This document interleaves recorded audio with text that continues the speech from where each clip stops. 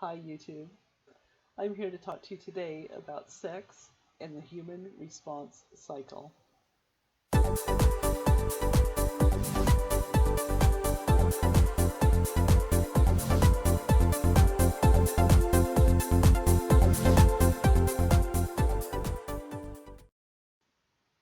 Hi, I'm LauraMaery Gold. I'm a certified counselor, author, and clinical hypnotherapist working with couples and families in the South Seattle area of Washington State.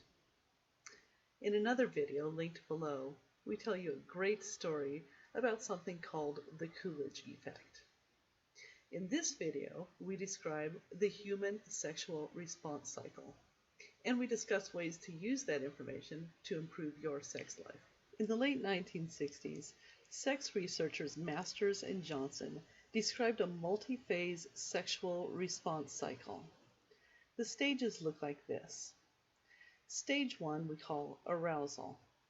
Stage 1 involves what look very much like fight or flight reflexes. The same sorts of physiology take place. There's an increase in the flushing of the skin, the heart rate increases, blood pressure goes up, and there's faster and deeper breathing for both men and women.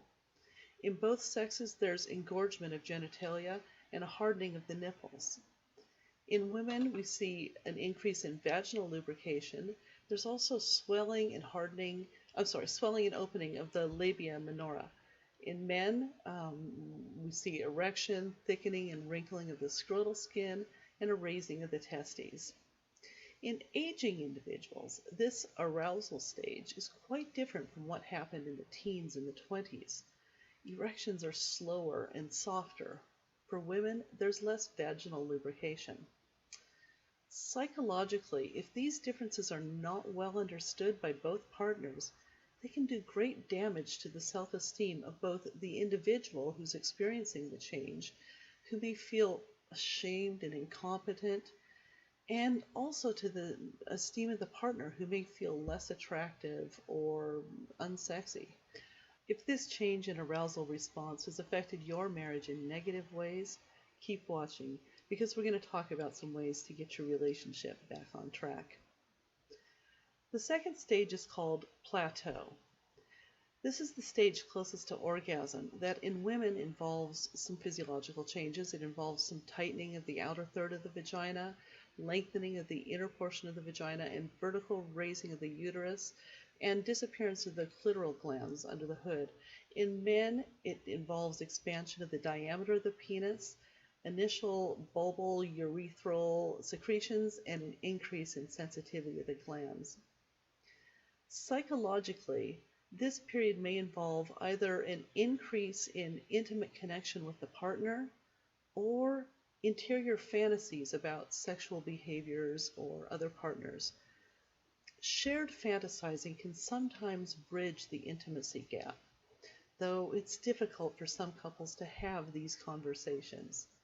There may be awkwardness in describing very specific fantasies. Had my dream again, where I'm making love and the Olympic judges are watching. I'd nailed the compulsory, so this is it, the finals. I got a 9.8 from the Canadian, a perfect 10 from the American, and my mother, disguised as an East German judge, gave me a 5.6. Must have been a dismount. Or individuals may experience embarrassment at acknowledging their sexual selves. Well, basically, it's the same one I've been having since I was 12. What happens? No, it's too embarrassing. Don't tell me. Okay, there's this guy. What's he look like? I don't know, he's just kind of faceless. Faceless guy, okay. Then what? He rips off my clothes. Then what happens? That's it. That's it? A faceless guy rips off your clothes, and that's the sex fantasy you've been having since you were 12. Exactly the same. Well, sometimes I varied it a little. Which part? What I'm wearing.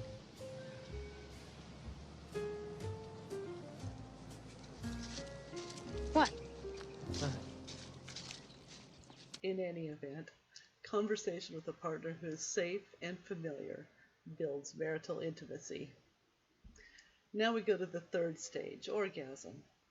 As people age, orgasm takes on a different quality than it did during youth. Ejaculate volume is greatly decreased, and may be particularly low in individuals who've undergone treatment for prostate cancer and vasectomies. Decreases in muscle tone for both men and women may make orgasms less spectacular than what was experienced in youth. On the plus side, long-term couples may feel an increase in safety and security and may be able to relax into orgasm in ways that weren't possible in the early parts of the relationship. The fourth part of this sexual response cycle is resolution. During this fourth state, there's a reversal of all the arousal functions. Breathing and heart rate slow, genitals return to their pre-arousal state, and there's an increase in certain chemical processes that may cause drowsiness.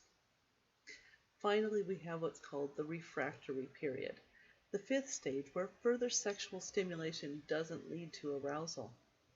We discussed the refractory period in another video linked below called Sex and the Coolidge Effect. Changes in your and your partner's sexual response always make sex different, but if they're well understood, they don't have to make sex worse. They can, in fact, make sex great. More intimate, more meaningful, more satisfying, better than you ever experienced in your youth. If you're looking for help with your own marriage and want to talk about communication, sex, fighting, or dealing with difficult people, you can make an appointment on our website at alliedfamilytherapy.com. If you're local, we're happy to see you in our office in Renton, Washington. And if you're out of state or don't want to battle Seattle's bad traffic, we offer coaching services online via Skype. If you like this video, please share it and subscribe below so you don't miss a single conversation about sex, marriage, and joyful living.